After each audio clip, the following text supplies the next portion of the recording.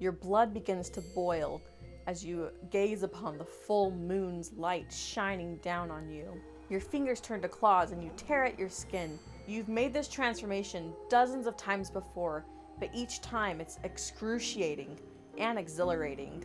Though media now romanticizes the idea of a werewolf, someone with the curse of lycanthropy would probably beg to differ. And in this video, I'll tell you why. I'll also go over the canonical idea from 5th edition about werewolves and werebeasts and lycanthropy, as well as give a few of my own ideas how you can implement this into your campaign, whether for your player characters or your non-player characters. So let's get spooky.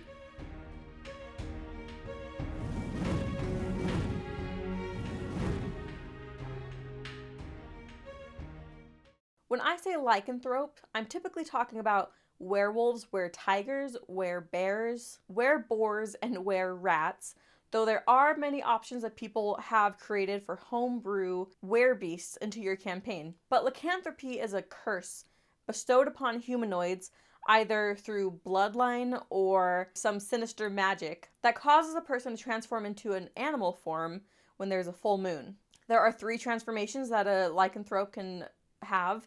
Their human or humanoid form, their hybrid form, which is like a bipedal edition of their animal, and just their straight up beast form. And although these are still medium-sized creatures, a lycanthrope is a bigger, more extreme version of themselves. So when you see a lycanthrope as a humanoid, they're still burlier, more muscular, more gnarly, and savage. And in their beast form, you can see this light of intelligence in their eyes, and they are bigger, more alpha looking. When a humanoid has lycanthropy through hereditary means it's passed down through their bloodline, they can transform at will. But someone who is cursed with lycanthropy was typically bitten by a creature who also shares that lycanthropy, and they transform in the full moon when their bloodlust is just too strong to withstand. Typically, as a humanoid lives with lycanthropy, their physical appearance in their humanoid form transforms to mirror their animal that they transform into. For instance, werebears grow larger in their human form, hairy, muscular, picture like a lumberjack just living in isolation in the mountains. What you would picture that person being, that might be what someone becomes as they're living with this lycanthropy. Or maybe if you're a were-rat, you kind of become more wiry. Picture Peter Pettigrew in Harry Potter. He's got these like big buck teeth and his hair's all stringy and he's like kind of hunched over and he almost looks like a mouse when he's in his humanoid form.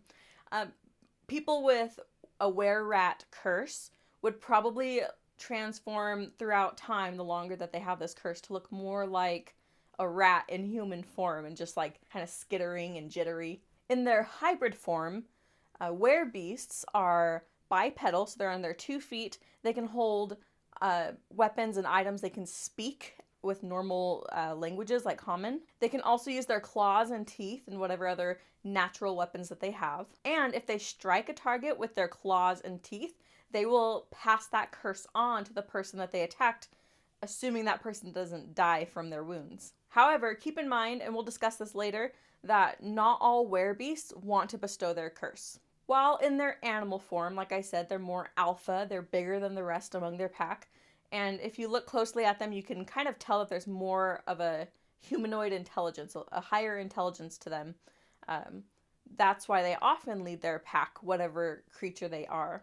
Typically, and this is according to the Monster Manual, a creature that has lycanthropy, that gives in to those urges and accepts their beast form, becomes an evil aligned creature. They're giving into their bloodlust, they're attacking, they're not withholding themselves while they're in beast or hybrid form, and that would just naturally change a person to become more accepted to killing, just really opportunistic about hunting the weak. A werebeast who tries to contain that bloodlust and chooses to not kill can keep their good alignment. Sort of like the Colons in Twilight.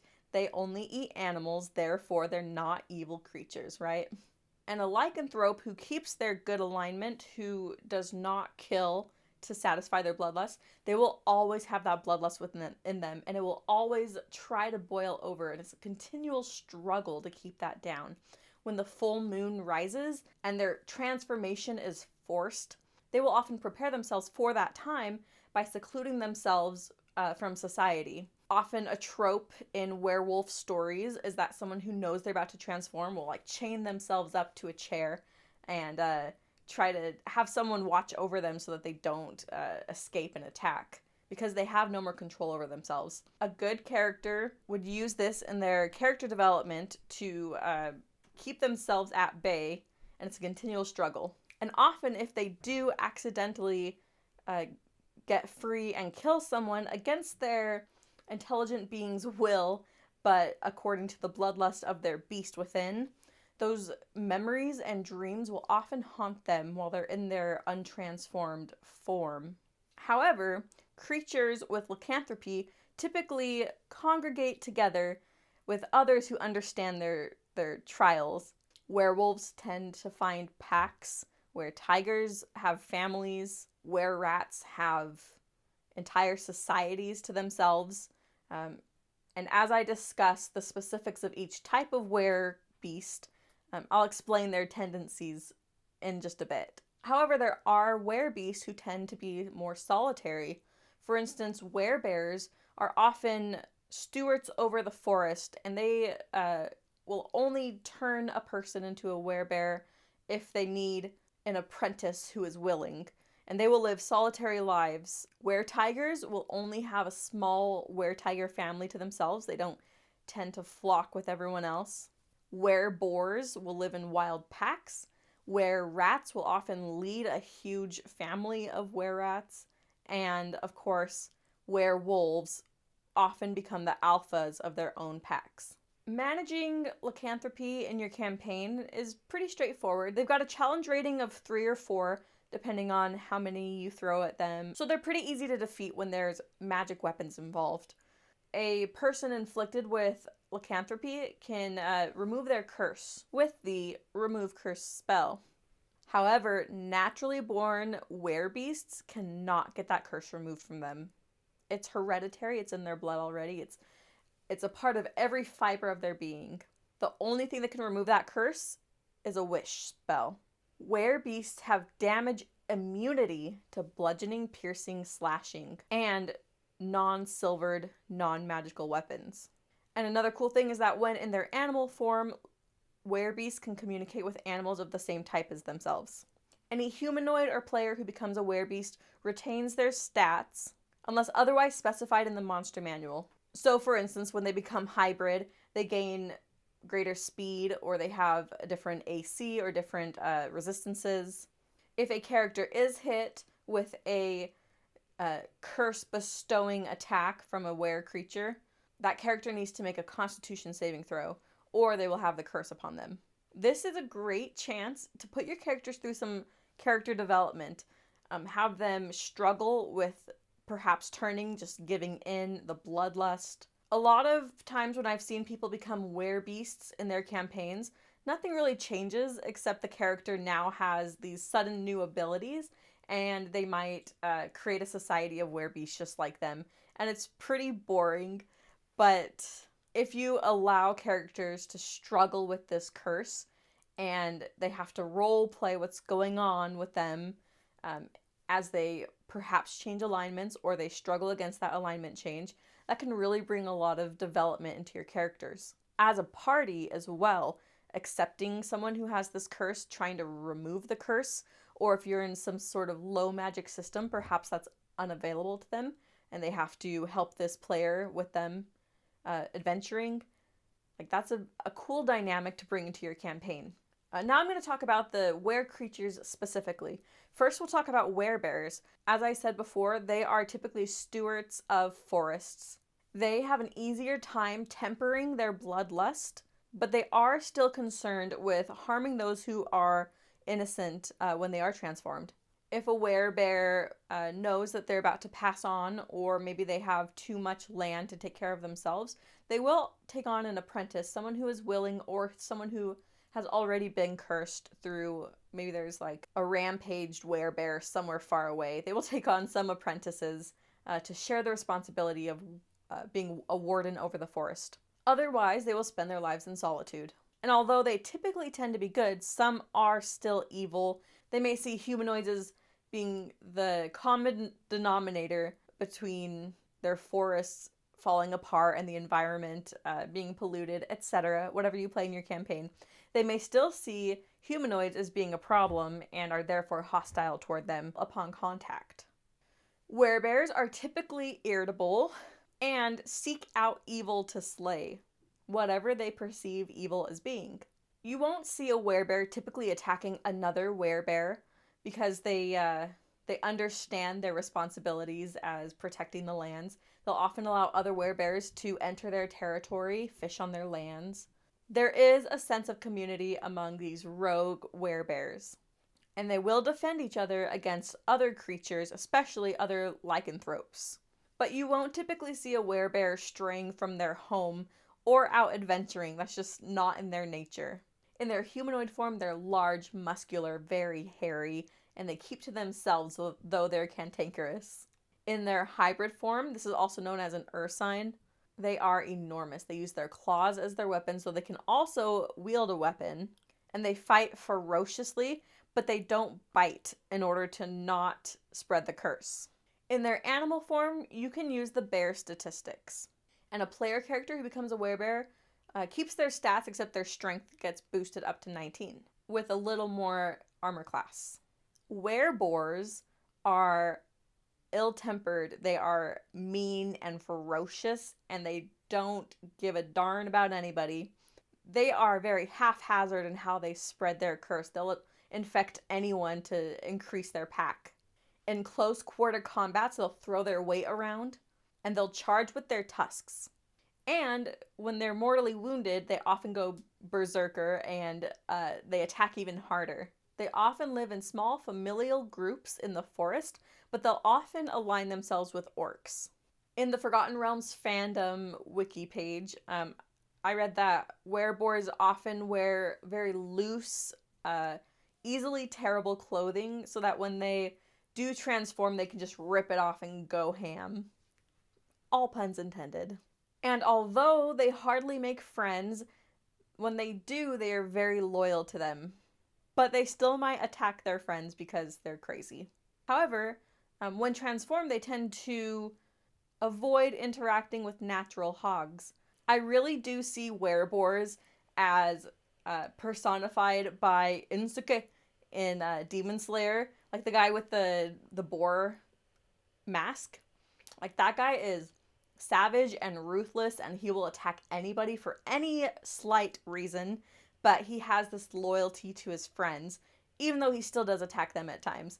Like that is just the perfect example of a wereboar. You'll typically see a wereboar in humanoid form as stocky and short, very muscular with stiff, coarse hair, and they'll use heavy weapons like battle axes. They have high tempers, and they provoke conflict and seek out brawls. In their hybrid form, they have tusks, with which they gore in order to spread infection. They still use heavy weapons, but they can also charge. Their animal form is basically the same to their hybrid form. They spread their curse through their tusks. And player characters who become wereboars keep their stats, but they have a strength of 17 and a +1 bonus to their AC. Let's talk about werewolves. That is the most commonly seen type of lycanthropy in Dungeons & Dragons that I've seen. Werewolves tend to flee from civilization. They might not want to harm society or people that they love, so they'll go and isolate themselves. They might also fear punishment from their savage deeds when they are in their bloodlust, so they will flee and isolate themselves. The cool thing about werewolves is that they can often regenerate from their wounds. And the goddess Selûne has a following of non-evil werewolves, so that is a possibility in Dungeons & Dragons. The morals of the whole pack tends to follow the alpha werewolf. So if the alpha is good, aligned, the whole pack will tend to follow and not be so bloodthirsty. In their humanoid form, werewolves have heightened senses, but they also have a raging temper and an appetite for rare meat. In their hybrid form, they are muscular, they have fur, they have sharp claws and teeth that they use as their main weapons. They will often lead packs of wolves or direwolves. Now, were-rats, they are a society that I find super intriguing. They're often seen as urchins of the street in impoverished neighborhoods and urban societies. They are thieves, they are cunning, they are greedy. They might even live in catacombs and have whole societies that live there underground. They're often found in clans and they love using ambush tactics. Interestingly, were-rats are cannibalistic. They also eat uninfected humans, and they often survive by their spoils of thievery. They love strong alcohol, whatever can get them drunk. And they don't often have intimate relationships beyond pact mentality. A were-rat is weaker than a human, but because they pack together and they're so intelligent and cunning, they are difficult to manage. Often, were-rat lairs are so jam-packed with so many were-rats that they don't really have much defenses. They don't have people standing guard watching the entrances or anything. They're just so naturally fortified underground with a vast number of occupants that it doesn't really matter if a group of adventurers come in. They're probably going to be spooked out anyway. But because of these squalor conditions, were-rats often have what's called filth fever, which is basically a sickness characterized by really slow movement. It's spread by the bites of contaminated animals, and it could be deadly if left untreated. So maybe if your adventurers go into some catacombs and they find this mass entanglement of were-rats and other rats, if they're not afraid of what's going on down there and they pursue onward and they don't really tend to their bites, they could find themselves sick in the next couple of days. In their humanoid form, you'll find that were-rats are wiry. They twitch, they have darting eyes, and their hair is thinning and disgusting. They use light weapons, but they love using strategy and tactics to get the upper hand. In hybrid form, they also use light weapons, but they have teeth to bite with. But often, were-rats will only infect someone that they want to join their pack. Often, defectors and unwanted were-rats or sick were-rats are hunted down and killed. Were-rats hardly ever use their animal form in combat because they're so small and not very effective against larger creatures. So they will use their animal form to escape or to stealth around, but they will bite in their animal form if they're forced to. Were-rats are often found in clans with rats or giant rats in the monster manual. Our last form to talk about are were-tigers. They are frightful warriors and stellar hunters. They are meticulous, but also contemptuous. They think that they're better than everyone else. And they might be. They often live and hunt in isolation, though they will sometimes have a small family that they protect and gather with. They travel to the fringe of societies in order to trade or to survive. And if you find an evil-aligned were-tiger, they often serve the god Malar, who is the god of the hunt. In their humanoid form, they are spry, muscular, they are nimble and well-groomed. They're taller than the average human, too. Were-tigers don't typically like spreading their curse, so they'll often fight in their humanoid form so that they're not dangerous in that regard. Creating other were-tigers also creates territorial problems.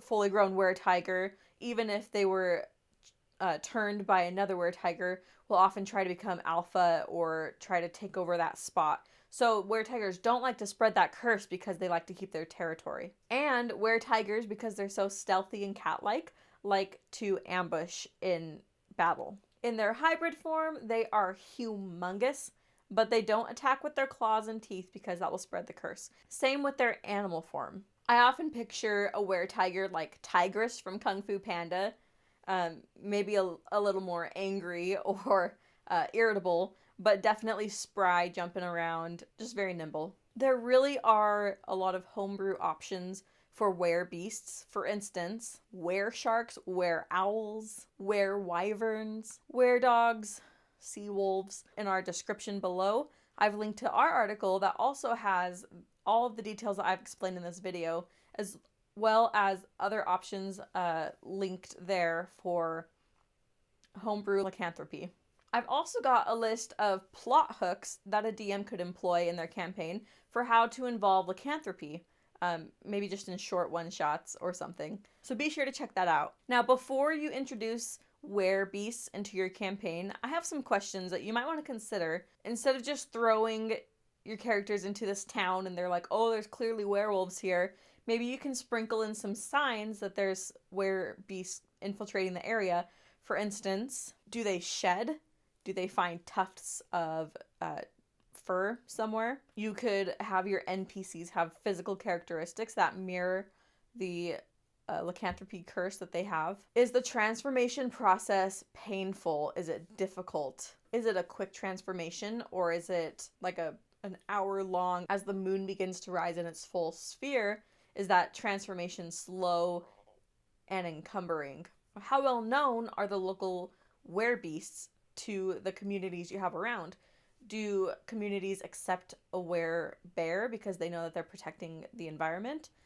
Maybe they accept the family of weretigers, and if there's an adventuring party that comes after that family, they're going to reap chaos from the community. Are there any bounties on werebeasts around? What would happen if a prominent noble figure in a community is revealed to be a lycan? What will be the result of your characters receiving the curse? Will they know immediately? Will they try to keep it secret from others in their party? How will they know? Will they even know, or will it just happen one day when the moon is full? How are different species of werebeasts treated in society? These are just some things to consider for your campaign to make lycanthropy not so obvious to the tropes of werewolves that we often see, which are also fine. Sometimes that's just really fun to play. But if you want to sprinkle in lycanthropy into your campaign to be this like big reveal for your characters, maybe think about how you can subtly suggest at it and hint at it without giving it away entirely. The last thing that I want to plug in my video is a document assembled by a Reddit user called the Monster Ecology Anthology. There are a lot of really cool ideas in this document. It's at the end of my article. I've linked to their post about it. But they've just got some really cool ideas for how to include lycans into your campaign. So I recommend checking that out after our video and article as well. Whatever you do, however you introduce werebeasts into your campaign, make sure you keep it spooky and keep it fun. I hope this has been a helpful video for you. If you like what you've seen, please like and subscribe. It helps us know what sort of content our audience likes. Drop a comment below. We love hearing from people, and we love knowing your ideas and how you've used the ideas that we've given you. Thanks for watching, and until next time, happy adventuring!